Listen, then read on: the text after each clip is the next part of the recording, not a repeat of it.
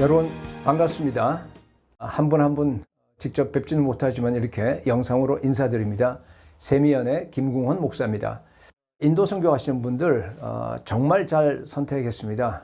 갔다 오시고 나면 아마 나중에 이게 정말 내가 내 인생에서 가장 잘한 선택이구나 이렇게 고백이 나올 줄로 저는 믿습니다. 예수님의 그 선교 전술에 대한 얘기를 좀 살펴보도록 하겠습니다. 주로 누가복음 10장 내용이 될 것인데 이 내용이 여러분들이 이제 현지에 가서 마을 사역을 하는데 가장 중요한 그 원리가 될 줄로 압니다. 여기 나와 있는 것처럼 총 10단계입니다. 계획, 진입, 복음 전파, 제자 훈련, 교회 개척 및 확장, 그리고 사역자 배가, 사역자 파송.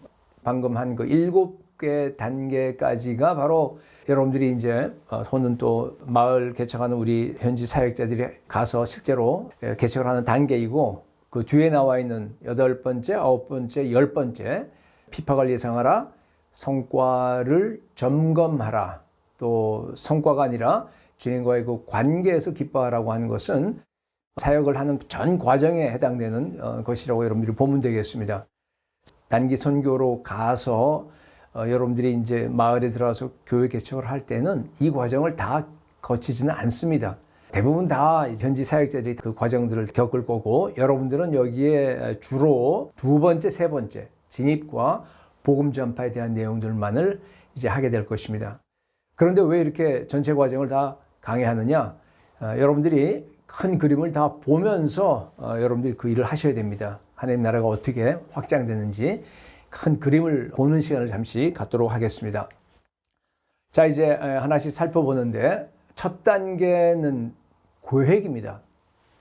예수님은 그 생각나는 대로 그냥 즉흥적으로 이 마을 가서 전도하자 뭐 이렇게 하지 않으셨습니다. 미리 철저한 계획을 다 세우셨어요.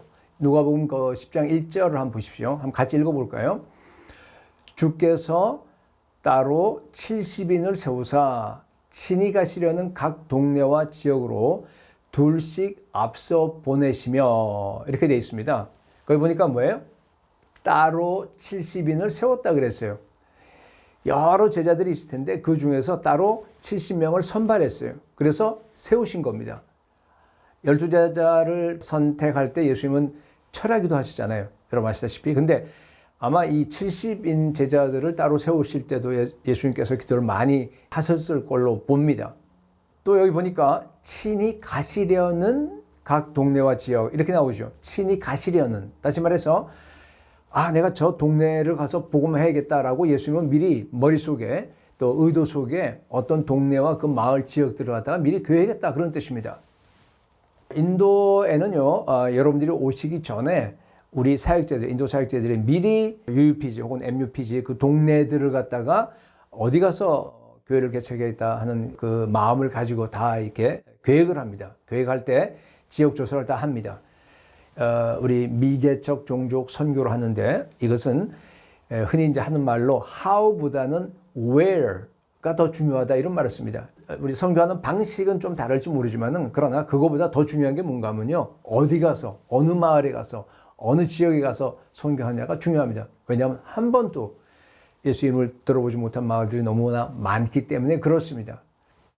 예수님도 물론 뭐 성경에 나오지는 않지만은 지역 조사를 아마 다 철저하게 다 하셨을 겁니다. 뭐 그 당시는 걸어서 다녀야 되고 또 이렇게 소문을 들어야 되고 하기 때문에 하여튼 뭐 한계가 있었겠지만은, 그래서 예수님의 행적을 보시게 되면은요, 의도적으로 모든 동네를 다 커버하려고 하셨습니다. 짧은 3년 동안에. 보면은 이 유대 마을만 가신 거 아닙니다. 사마리아도 가셨어요. 사마리아도 가서 수가성 여인을 만나야만 했습니다. 요한복음 4장 4절에 보면은요, 사마리아를 통과하여야 하겠는지라. 영어로 하게 되면 He had to go through Samaria 이런 말이 나와요. 왜 그렇습니까? 왜 사마리아를 가야만 했습니까? 물론 이제 예수님은 스스로 하지 않잖아요. 전부 다 아버지께서 하신 일을 보고 나서 했다고 했는데 아마 아버지께서 성령 하나님을 통해서 이렇게 사마리아 가라고 이렇게 지시했을 겁니다. 거기 가서 수가성 여인을 전도해서 우리 흔히 얘기하는 POP, 나중에 얘기하겠습니다. Person of Peace.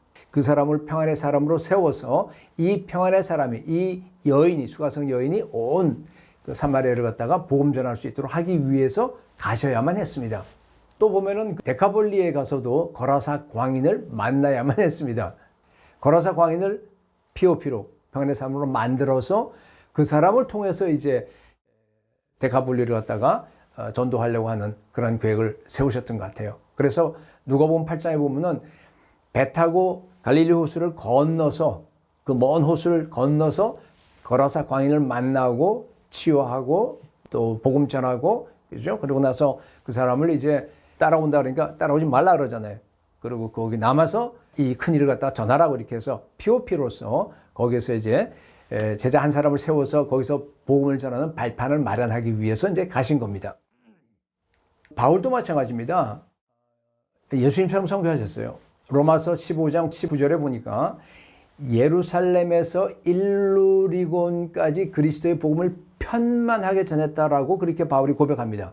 예루살렘에서 일루리곤은 대단히 넓은 지역인데요. 편만하다는 얘기 뭔가 하면 fully, 영어로 fully, 그러니까 완전히 다 복음이 전해졌다 그런 뜻입니다. 그래서 23절에 보면요, 더 이상 여기에 일할 곳이 없다 그러잖아요. 근데요, 여러분 한번 보세요. 지도를 놓고 나서 바울이 방문해서 교회를 세웠던 곳을 갖다가 점으로 하나 이렇게 찍어보세요. 그러면요, 넓은 지역에 여기 하나, 저 멀리 하나, 저 멀리 하나, 그것도 도시를 중심으로 해서 이렇게 찍혀 있습니다. 그런데 왜 이 지방에 더 할 일이 없다라고 이렇게 얘기합니까? 이것은요, 소위 우리가 얘기하는 그 주요 거점 점령 방식이에요. 주요 거점을 우리가 점령하는 겁니다. 우리 그 적진을 갖다가 공격할 때 낙하산 부대 있죠, 그죠? 낙하산을 떨어뜨려서 그 지역에서 침투해서 거점을 확보하지 않습니까? 그리고 거기를 교두부로 해서 하나하나 이렇게 이 침투해 나가는 걸 여러분들 아마 알 겁니다. 주요 거점 점령 방식. 교회 개척도 똑같습니다. 바울은요, 미리 내가 어느 지점을 갖다가 점령을 해야 되겠다고 주요 거점을 확보해야 되겠다는 것을 미리 계획을 해서 글로 그죠? 가서 자기가 제자를 삼고 거기에 가서 이제 교회를 세우고 한 겁니다. 그래서 여기저기 많이 흩어져 있고 멀리 있긴 하지만은 그렇게 해놓고 나서 나는 충분히 다 전했다라고 하고 더 이상 일할 곳이 없어서 나는 스페인으로 가겠다 이제 그렇게 고백하는 건 뭔가 하면요, 우린 잘 이해 안 될지 모르지만요, 바울이 이미 거점 확보를 끝냈다는 겁니다.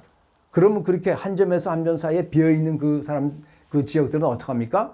그것은 바울이 세운 제자들이 나중에 이 사람들이 가서 전도하는 겁니다. 확장 사역을 하는 겁니다. 그러면 온 지역 전체가 다 복음화 되어지는 그러한 그 방식을 썼다는 겁니다.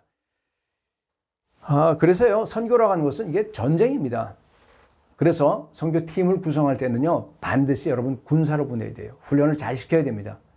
그래서 우리가 군사로 만들기 위해서 12주, 반드시 이 12주를 지키라고 하는데 12주 군사훈련, 기도훈련, 모든 훈련들을 갖다 잘 시키라고 얘기하고 있습니다. 이러한 계획을 바탕으로 물론 이게 선교 계획서도 우리가 작성을 하게 되는 겁니다.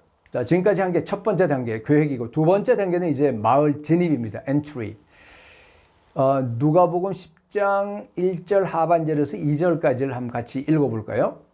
각 지역으로 둘씩 앞서 보내시며 이르시되 추수할 것은 많되 일꾼이 적으니 그러므로 추수하는 주인에게 청하여 추수할 일꾼을 보내주소서 하라. 마을 진입에서 가장 중요한 것은 뭔가 하면 여러분, 예수님과 같은 관점을 갖는 겁니다. 예수님은 세상에 대해서 어떤 관점을 가졌습니까? 요한복음 4장 35절에 보니까 너희는 넉 달이 지나야 추수할 때가 이르겠다 하지 아니하느냐. 그러니까 우리는 뭐라고 생각하는 게, 우린 지금 추수 때가 아니에요. 아직 넉 달이나 많이 남았어요. 이제 우리가 이런 생각을 갖고 있다는 거 아닙니까? 그런데 예수님은 그 뒤에 뭐라고 합니까? 눈을 들어 밭을 보라. 희어져 추수하게 되었도다 그랬습니다. 봐라. 지금이 추수 때야. 지금이 희어져서 저 수많은 사람들이 예수님의 그 복음을 기다리면서 나를 갖다가 지금 추수하기를 바라고 있는데 그 희어져 된 그 밭을 갖다 너희들이 지금 보지 못하느냐, 이제 그런 말씀입니다.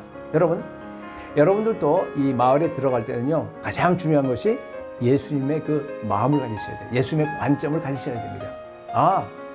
이 마을에도 우리가 추수할 것이 정말 많다라고 하는 그런 그 믿음과 기대를 가지고 마을로 들어가시기 바랍니다. 그래서요, 여러분들이 이 마을에 들어갈 때 가장 중요한 것은 뭔가 하면 기도입니다. 가장 중요한 게 기도예요. 어떤 기도를 우리가 해야 됩니까? 여기 2절 하반절에 나와 있습니다. 뭐라고 되어 있어요? 그러므로 추수하는 주인에게 청하여 추수할 일꾼을 보내주소서 하라. 여러분, 추수하는 주인이 누굽니까? 하나님 아버지. 그죠? 자, 추수할 일꾼, worker. 추수할 일꾼은 누굽니까? 현지에서 교회 개척을 할 그 일꾼들, 그 사역자들이죠. 그 추수할 일꾼이 어디 있습니까? 현지에 있습니다. 현지에. 그래서요, 마을 진입하기 전에 가장 중요한 것은요, 기도해야 돼요. 하나님, 아버지요, 추수할 일꾼을 보내주셔서 그렇게 기도해야 돼요. 기도하면요, 하나님께서 보내주십니다. 하나님께서 추수할 일꾼을 현재 가서 우리가 사역할 때 만나게 해주십니다. 여러분이 12주 동안 그 선교 훈련을 받을 때도요, 하루도 빼지 말고 매일 이 기도를 하셔야 됩니다. 기도하고 여러분이 그 마을에 들어가셔야 돼요. 그러면요, 하나님께서 저 사람이 추수할 일꾼이구나 이렇게 다 보여주십니다. 그래서 그 사람이 복음을 받아들이고 평안의 사람, POP가 되고 그 사람이 일꾼이 되는 겁니다. 자, 제가 질문 하나 더 하겠습니다. 여기 보니까 예수님은 분명히 추수할 일꾼이 있다고 말씀하십니다. 어디 가나 추수할 일꾼이 많이 있어요. 근데 실제 여러분, 우리가 미개척 종족 MUPC 들어가 보게 되면요, 일꾼이 없어요. 특히 북인도에 가게 되면 참 일꾼이 없습니다. 왜 그렇습니까? 기도 안 해서예요. 기도하면 반드시 일꾼을 주십니다. 우리 함께 기도하면서 일꾼을 많이 우리가 찾아서 이렇게 양육하는 선교가 될 수 있길 바랍니다. 마을에 진입할 때는 여기 그림에 나와 있는 것처럼 우리가 팀으로 들어갑니다. 1절 하반절에도 아까 둘씩 앞서 보내시며 그렇게 했잖아요. 예수님 당시는 소위 그 이원 선교라고 하는데 같은 문화권이고 같은 언어권이에요. 이때는 두 명이 가장 적합합니다. 그러니까 우리나라 국내 선교도 두 사람씩 보내지 않습니까? 그러니까 한 사람 보내면 안 됩니다. 위험합니다. 그러나 해외 선교, 다시 말해서 E3 선교라고 하는데 타 문화권, 타 언어권일 경우는요, 제가 보기에는 세 사람이 딱 알맞습니다. 뭐 많을 때 네 사람.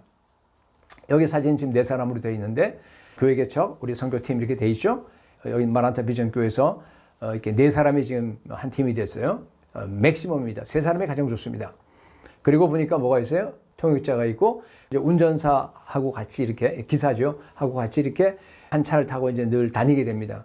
그리고 이제 현장에 가게 되면은 거기에 로컬 사역자도 거기에 같이 합류하게 되고 거기서 이렇게 우리가 세운 그 POP와도 같이 이렇게 합류하게 되는 것을 여러분들이 볼 수 있습니다. 여러분들이 그 마을 진입할 때 가장 중요한 것은요, 여러분들의 각자의 그 마음가짐이에요. 여러분의 태도입니다. 두 가지입니다. 첫째, 여러분들 마을에 들어갈 때는요, 예수 그리스도의 권세로 들어가셔야 됩니다. 우리에게는요, 예수 그리스도의 권세가 있습니다. 여러분을 세우신 분은 누구예요? 예수님입니다. 누가복음 10장 1절에서도 뭐라 그랬어요? 주께서 따로 70인을 세우사. 70인 한 사람 한 사람 제자를 세운 사람은 우리 주님이십니다. 여러분을 세우신 분도 주님이십니다. 우리 주님은요, 하늘과 땅의 모든 권세를 다 가지신 분입니다. 그분이 우리를 북인도에 보내실 때요, 그냥 보내지 않습니다. 마태복음 10장 1절을 보게 되면요, 예수께서 그의 12 제자를 부르사 더러운 귀신을 쫓아내며 모든 병과 모든 악한 것을 고치던 권능을 주시니라. 우리 한국 성경에는 권능이라고 되어 있는데 사실은 그 권세라고 번역하는 것이 더 맞습니다. 사실은 권세, 권능 같이 쓰였는데 합니다만은 아무도 우리를 해할 자가 없습니다. 예수님이 말씀했잖아요. 내가 너희에게 뱀과 정갈을 밟으며 원수의 모든 능력을 제어할 권세를 주셨으니 너희를 해칠 자가 결단코 없으리라. 예수님께서 말씀하셨습니다. 이 약속입니다. 그분이 우리를 보내시면서 내가 세상 끝날까지 하늘과 땅의 모든 권세를 가지신 그분이 내가 세상 끝날까지 너희와 항상 함께 있으리라고 약속했습니다. 우리 예수 그리스도의 이름의 권세로 여러분 가시기 바랍니다. 두 번째, 믿음으로 추수를 기대하셔야 됩니다. 왜 그렇습니까? 아까 얘기했죠? 예수님이 지금이 추수 때래요.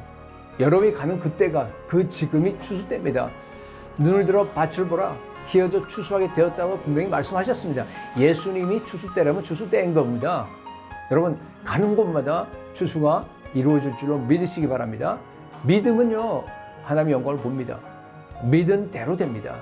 여러분 믿음대로 많은 추수를 하고 돌아오시기 바랍니다.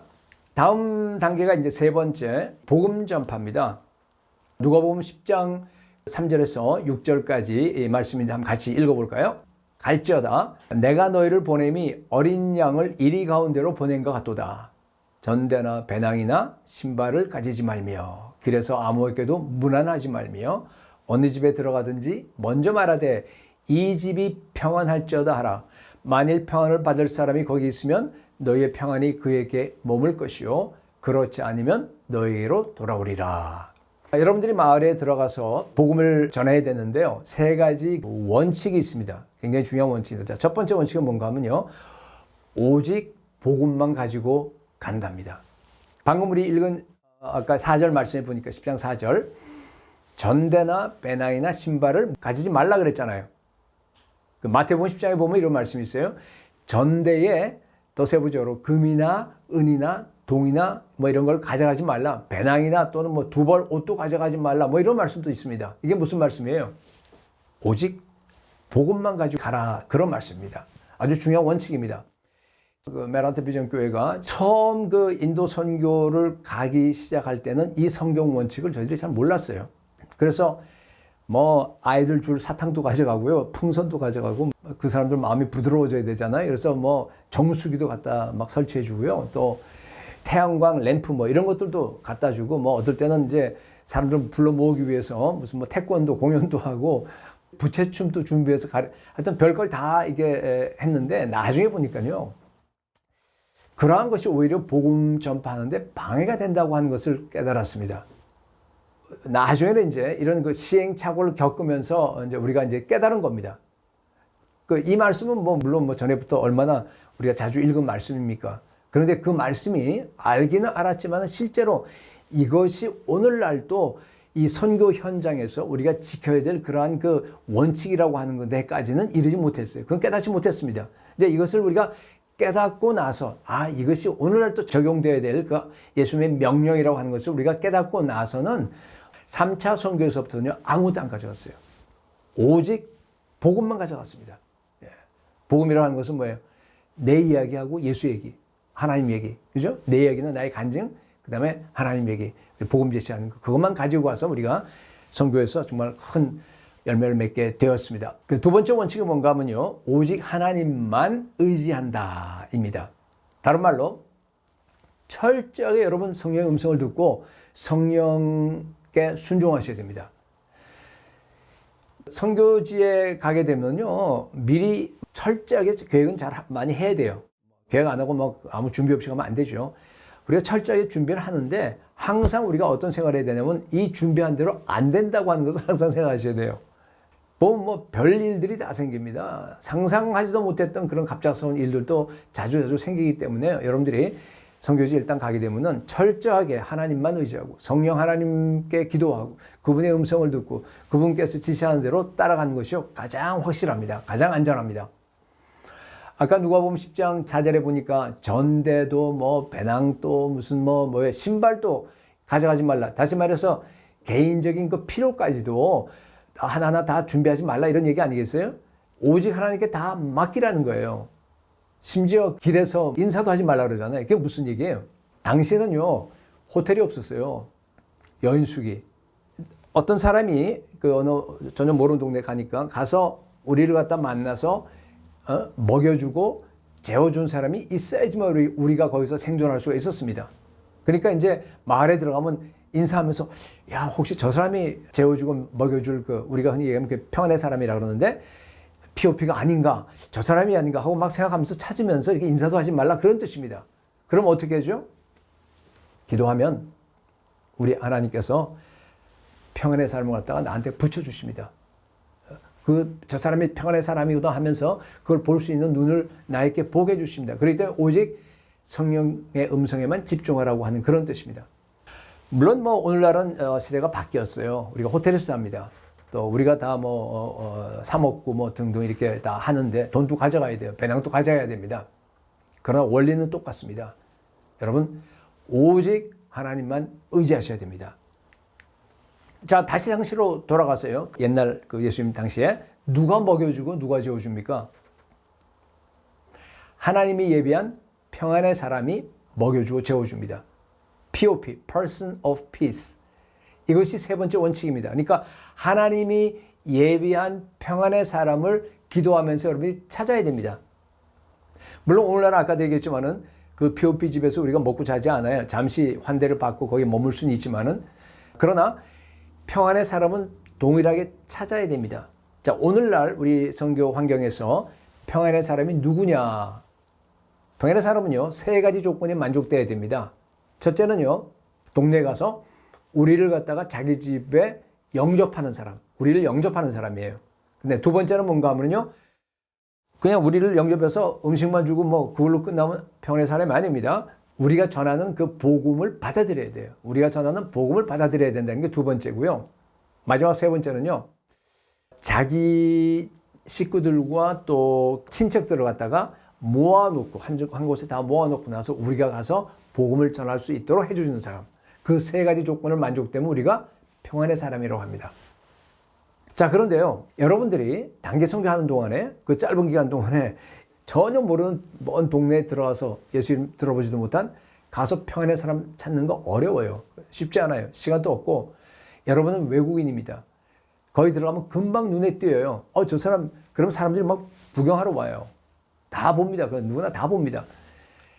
여러분들이 가서 예수 얘기만 꺼내게 되면요, 금방 그 사람들이요, 즉시 신고합니다. 아, 저 사람들이 예수 개종하러 왔구나. 왜냐하면 개종 방지법이 인도에도 다 그 주마다 이제 거의 다 통과됐어요. 지금은 모디 정권 이후에. 그래서 참 위험에 처하게 돼요. 그런 일이기 때문에 우리가 하지 않습니다.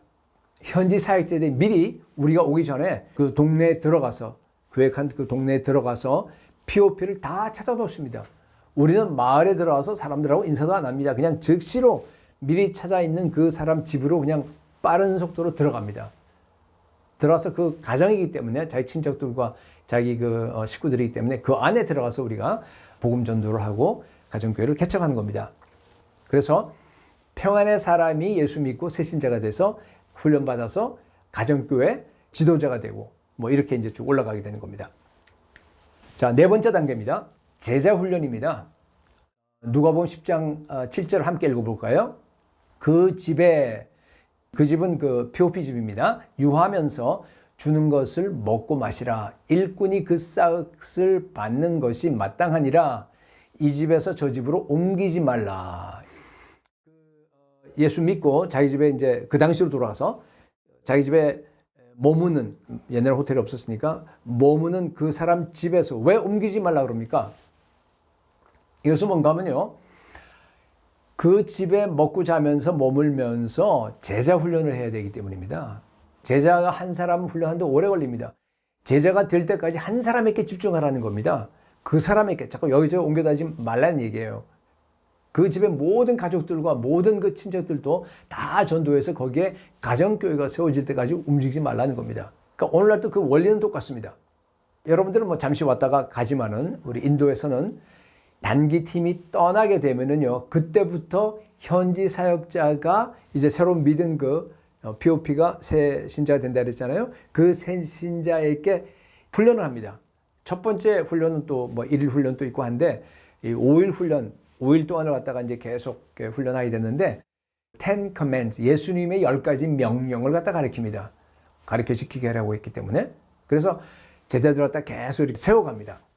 제자 훈련은 우리가 할 부분은 아니고 현지 사역자들이 할 부분이고, T4T 그룹을 만들어서 Training for Trainer. 그러니까 제자라고 하는 그 의미는 뭔가 하면은 한 사람을 내가 제자를 만들어서 끝나는 게 아니고 그 제자가 다른 사람에게 가르쳐서 제자를 만들 수 있도록 그 사람이 트레이너가 되는 훈련을 우리가 시킨다. 그런 의미에서 제자 훈련을 하게 되는데, 그 내용은 여기서 생략하도록 하겠습니다. 다섯 번째 단계는요, 교회 개척 및 확장입니다. 교회 개척 및 확장. 앞에 그 네 번째 단계 그 제자 훈련에서 가장 중요한 것은 뭔가 하면요, 그룹으로 만들어서 제자 훈련으로 시키는 것으로 끝나면 안 돼요. 반드시 그게 뭐예요? 교회가 되어야 됩니다. 가정교회죠, 물론. 교회가 개척이 되어야 됩니다. 그래서 다섯 번째 단계가 교회 개척, 및 확장이에요. 가정교회를 우리가 어떻게 개척해야 하느냐? 뭐 지금 여기서 다 이렇게 얘기할 수는 없겠지만은 한마디만 제가 한다 그러면요. 만약 여러분들의 교회가 목장교회라고 한다 그러면요. 목자가 돼 보면 압니다. 목자가 돼서 목장을 개척해 보면 전도한 다음에 그 사람들에게 예배하고 교제하고 또 같이 모여서 또 기도도 하고 선교도 하고 뭐 다 하잖아요. 그죠? 이렇게 목장 안에서. 그러니까 똑같아요. 그게 하나의 가정교회입니다. 그 교회를 갖다 이렇게 개척해 나아가는데 새 믿은 이 사람이 이제 목자가 돼서 하우스처치 리더가 돼서 이렇게 할 수 있도록 계속적으로 교회 개척하고 확장을 시켜줘야 한다. 그런 얘기입니다. 여러분, 교회를 세우면은 그 교회는요 반드시 확장할 수밖에 없습니다. 그게 교회의 본질이 성교이기 때문에 그래요. 정말로 예수님을 영접했다면요 믿자말자 전도하는 건 그거는 그냥 당연한 얘기입니다. 정상이에요. 아까 우리 전 믿은 사람들에게 가르친다고 했는데 예수님의 10가지 명령을 가르친다고 했는데 9번째가 뭔가 하면요 복음 전하고 제자 삼으랍니다. 그러니까 예수 믿자말자부터 복음 전하고 제자 삼으라고 우리가 가르칩니다. 그래서 새로 제자로 세워진 사람들이 주변에 가서 전도하고 또 제자를 삼으면서 이렇게 교회가 점점 확장되어지는 겁니다. 마태복음 10장 7절에서 8절을 보게 되면요. 교회를 개척하는데 3가지 방식이 나옵니다. 누가복음 10장 9절에도 나와 있긴 한데 뭡니까? 같이 한번 읽어볼까요? 가면서 전파하여 말하되 자, 첫 번째 천국이 가까워왔다 하고 두 번째 병든 자를 고치며 죽은 자를 살리며 나병 환자를 깨끗하게 하며 세 번째 귀신을 쫓아내되 이렇게 돼 있죠. 3가지가 뭡니까? 복음 선포, 병자 고치는 거 치유 사역, 세 번째 귀신 쫓는 축사 사역. 그 3가지입니다. 6번째는요. 6단계는 뭔가 하면요.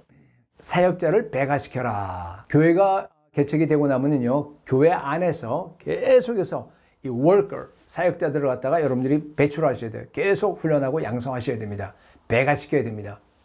복음서를 보게 되면요. 마태복음 9장 35절에 보면은 예수님이 혼자 사역하세요. 나중에 한번 찾아보세요. 마태복음 10장 1절에서 8절은 보면은 12제자를 보내서 12제자를 통해서 사역을 합니다. 그리고 이제 오늘 우리 읽은 누가복음 10장 1절에서 16절 내용을 보게 되면요. 이제는 70명이 되는 거예요. 70명을 보내서 그냥 쫙 사역하는 혼자가 12명이 됐다가 70명이 되는 또 어떤 사본은 72명이라고 되어 있는데 뭐 상관없습니다. 누가복음 8장에 보면은 예수님이 혼자 사역하는 게 나와요. 그러다 누가복음 9장에는 12제자를 또 세워서 사역하는 게 나오고 여기 나오는 누가복음 10장에는 70명을 세워서 사역하는 게 나옵니다. 예수님은요. 짧은 3년 동안에 계속해서 제자를 삼았어요. 그리고 계속 제자를 같이 먹고 자면서 또 뭐 다 먹고 자지는 않았으니까 12명만 먹고 잤지만은 그러나 다른 제자들도 많았을 거예요. 계속 제자 훈련해서 계속 일꾼을 배출했습니다. 사역자를 배가시켰습니다. 오늘날도 마찬가지입니다. 우리도 교회 안에서 계속해서 여러분 사역자들 갖다가 선택하고 훈련하고 배가시켜야 됩니다. 교회는요, 여러분 제자들의 공동체입니다. 제자들의 공동체. 제자 삼고 배가시키고 계속해서 파송하는 그런 제자들의 공동체가 될 수 있길 소원합니다. 자, 이제 마지막 7번째 단계입니다. 이것은 훈련된 사역자들을 미개척 지역으로 이제 파송하는 겁니다. 누가복음 10장 1절에 아까 봤듯이 따로 70인을 세우사 각 지역으로 둘씩 앞서 보내시며 했습니다. 우리도 교회에서 파송할 사역자들을 선택해서 미개척 지역으로, 미개척 종족으로 파송해야 합니다. 그래서 그 결과 이제 잃어버린 그 종족들이 다 돌아오게 되는 거예요. 여러분, 이보다 신뢰하는 일이 어디 있습니까? 남아있는 5,000개, 지금 아직까지 19억이나 됩니다. 그 수많은 그 미개척 종족들, 혹은 더 넓게 보면은요, 미전도 종족들 2% 미만은요, 자그마치 7,400개나 남아있어요. 아직까지도. 이들에게 복음 전해야 됩니다. 제자 삼아야 됩니다. 교회를 개척해야 합니다. 이들이 다 돌아오게 되면요, 끝이 납니다. 세상이 끝납니다. 예수님이 재림하십니다. 그것이 우리의 유일한 소망인 줄로 믿습니다. 지금까지 여러분들께 말씀드린 7가지 단계를 여러분 잘 기억하기 바랍니다. 계획, 마을 진입, 그다음에 복음 전파, 제자 훈련, 5번째가 뭡니까? 교회 개척 및 확장, 그 다음에 사역자 배가, 마지막으로 사역자를 미개척 종조 혹은 지역으로 파송하는 것. 이 7단계입니다. 이제 뒤에 있는 8, 9, 10번째 그 단계는 아까도 얘기했지만은 우리 제자 삼는 교회 개척 사역을 할 때에 전 과정에 다 해당되는 겁니다. 자, 8번을 보면은 핍박을 예상하라. 누가복음 10장 10절에서 11절 보면은 어느 동네에 들어가든지 너희를 영접하지 아니하거든 그 거리로 나와서 말하되 너희 동네에서 우리 발에 묻은 먼지도 너에게 떨어버리노라. 그러나 하나님의 나라가 가까이 온 줄 알라 하라. 여러분들은 POP를 미리 이제 아까 얘기했듯이 만들어 놓은 상태에서 그 집으로 직접 가니까 이제 이런 일은 없겠지만은 만약 POP가 없이 처음부터 전혀 예수 이름을 들어보지 못한 그 마을에 들어가서 개척하러 들어갔는데 아무도 영접하지 않아요. 핍박합니다. 어떻게 해야 됩니까? 말씀대로 하면 됩니다. 말씀은 뭐예요? 떠나면 돼요. 마태복음 10장 23절에도 보면은요. 이 동네에서 너희를 핍박하거든 저택로로 뭐라고 되어 있냐면 피하라고 되어 있어요. 그런데 이제 방금 누가복음 읽은 말씀처럼 그냥 떠나면 안 돼요. 반드시 뭐예요? 두 가지 말을 하고 떠나야 됩니다. 첫 번째는 뭐예요? 신발에 묻은 먼지를 막 털면서 너희 동네에서 우리 발에 묻은 먼지도 내가 떨어버린다. 두 번째는 하나님 나라가 가까운 줄 알라. 이게 무슨 말이죠? 하나님 나라가 가까웠다니 심판이 가까웠다는 얘기 아니겠어요? 심판이 가까웠다라고 예수 믿지 않으면 회개하지 않으면 그렇게 경고하고 떠나라는 겁니다. 왜 그래요? 여기가 아니래도 하나님께서 예비하신 동네들이 많기 때문이에요. 다른 동네 가서 전하면 됩니다. 예수님이 가서 복음 전하는데도 안 받아들인 동네가 고라신, 베세다 그렇잖아요, 그죠? 그런데 우리가 심지어 하물며 가서 복음 전하는데 안 받아들이는 거 당연한 얘기일지 모릅니다. 그럴 때는 무대뽀로 그냥 여기서 내가 순교하겠다 그러고 막 복음 전하는 거 아닙니다. 그건 성경적이지 않아요. 하나님이 예배한 곳이 많이 있어요. 딴 데로 가시면 돼요. 가서 하나님이 준비한 사람들 여러분이 찾으시면 됩니다. 중요한 것은요. 복음을 거부하고 핍박받을 것을 미리 예상하고 거기에 대해서 두려워하거나 염려할 필요가 전혀 없습니다. 자, 9번째, 성과를 점검하라. 예수님 또 여기 보니까 성교 보고 받으셨어요. 누가복음 10장 17절에 보니까 70인이 기뻐하며 돌아와 이르되 주여 주의 이름으로 귀신들도 우리에게 항복하더이다.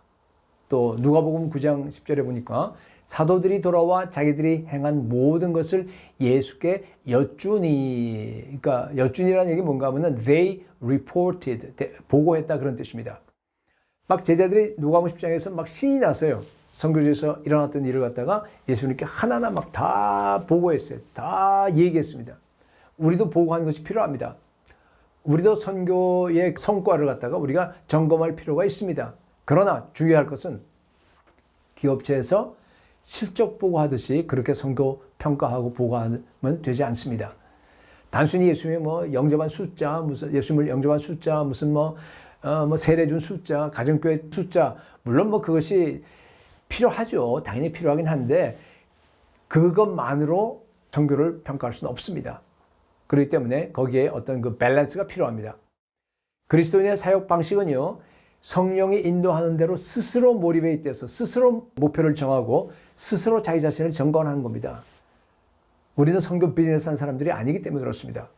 그러나 제자 훈련이라고 하는 또 영적으로 어린 사람들도 있고 하니까 그런 세팅에서는 리더가 다른 사람의 그 어떤 사역을 갖다가 점검하는 것은 좋다고 봅니다.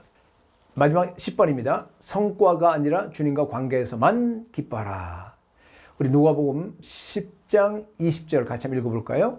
그러나 귀신들이 너에게 항복하는 것으로 기뻐하지 말고 너희 이름이 하늘에 기록된 것으로 기뻐하라. 저는요, 이 말씀이 선교 사역에 있어서 가장 중요한 말씀으로 받아들입니다. 저는 목회를 하다가 이제 지금은 목회를 끝내고 이제 선교 단체를 지금 이끌고 있는데 막상 이 전임 선교사로서 이렇게 선교 사역을 해보니까요, 지금 이 예수님이 하신 말씀이 가장 기본 아닙니까? 근데요, 불행하게도 가장 실천하기 어려운 것입니다. 나도 모르게요. 사역이 잘 되면 참 좋아요. 그렇게 좋을 수가 없어요. 기뻐하다가 반대로 사역이 안 되잖아요. 그러면요. 이래서는 안 되는데 하는데 자꾸만 이렇게 침체되는 걸 갖다 저도 발견했습니다. 그런 모습을 발견할 때마다 이건 아닌데 하면서 자꾸 돌이키려고 애쓰고 또 회개하고 정말 이렇게 내 자신을 깨끗하게 하려고 이렇게 애를 씁니다. 그래서 이제 어느 기간을 지나고 나니까 이제는 사실은 뭐 성과에 별로 신경 안 써요. 그런데 뭐 연연하지 않아요. 늘 기쁨이 충만한 그런 삶을 살려고 이렇게 점점 이렇게 애쓰고 있습니다만은 왜 많은 사람들이 이런 과오를 범합니까? 구원받은 거 하나면 끝나는 거 아니에요? 근데 왜 이렇게 이게 여기 나와 있는 것처럼 그죠? 주님과의 관계에서 기뻐하지 못하고 이렇게 과오를 범하는가 하면요. 아직도 옛사람의 그 죄의 성품이 내 안에 그대로 완전히 죽지 않고 남아있어서 그래요. 아직도 내 안에 자기 의가 완전히 소멸되지 않고 그냥 남아있어서 그렇습니다. 그래서 무의식 중에 내가요, 사람들에게 인정받으려고 합니다. 사람들에게 뭔가 보이려고 해요. 아니면 또 남들과 비교해서 어떤 영적인 그 우월의식이라든가 아니면 또 열등감 뭐 똑같은 거니까. 여러분, 만약에요, 어떤 선교사가 아니면 또 뭐 보통 어떤 목회자도 좋은데 그런 상태로 선교 사역을 계속 열심히 하면 어떻게 된 줄 아세요? 선교지에 가서요, 참 그 귀한 선교 사역을 하러 와서 영역 다툼을 합니다. 영역 다툼. 좀 많이 봤어요. 선교 비즈니스 장탈전이 벌어집니다. 선교사들끼리 서로 싸우고 비난하고 어떤 사람은 고발하는 사람까지 있더라고요. 오늘날이 얼마나 많이 이런 일이 일어납니까? 여러분, 죄송합니다만 이것은 다 가짜 선교입니다. 여러분, 정말로 내 이름이 하늘에 기록된 것 하나로만 기뻐한다고 하면 여러분 어떻게 되겠어요? 정말 내가 구원받은 사실 그 하나만으로 내가 만족한다 그러면요, 어떤 선교 사역을 우리가 할 것 같습니까? 모든 선교의 동기가 예수 그리스도 십자가의 사랑이 될 것입니다. 예수님이 날 위해 자신을 주셨고 모든 죄를 다 용서하시고 내게 하나님의 의를 주시고 나를 하나님의 자녀 삼으시고 그 모든 그 하나님의 구속의 은총이 너무너무 감격해서 날마다 오 주님, 내가 내 몸밖에 드릴 것 없어서 내 몸을 드립니다. 저를 이 귀한 선교사에게 써주시는 것만 해도 너무너무 감사합니다. 이 하나로 만족합니다. 저는 예수님만 사랑합니다. 예수님을 위해서 다른 사람의 종이 될 겁니다. 다른 사람을 다 나보다 낫게 여깁니다. 오 주님, 홀로 영광 받으시옵소서. 뭐 이렇게 고백하지 않겠어요? 사역이 잘 되나 사역이 못 되나 상관없이 늘 구원의 감격 속에서 주님의 임재 속에서 다른 사람을 섬기면서 기쁨으로 살아가게 될 줄로 믿습니다. 여러분, 그게 진짜 선교입니다. 모든 선교의 동기는 예수 그리스도 십자가의 사랑이 되어야 합니다. 그리스도의 사랑이 나를 강권하시는도다. 진짜 선교하는 모든 성도들이 되시기를 예수 그리스도 이름으로 축복합니다. 감사합니다.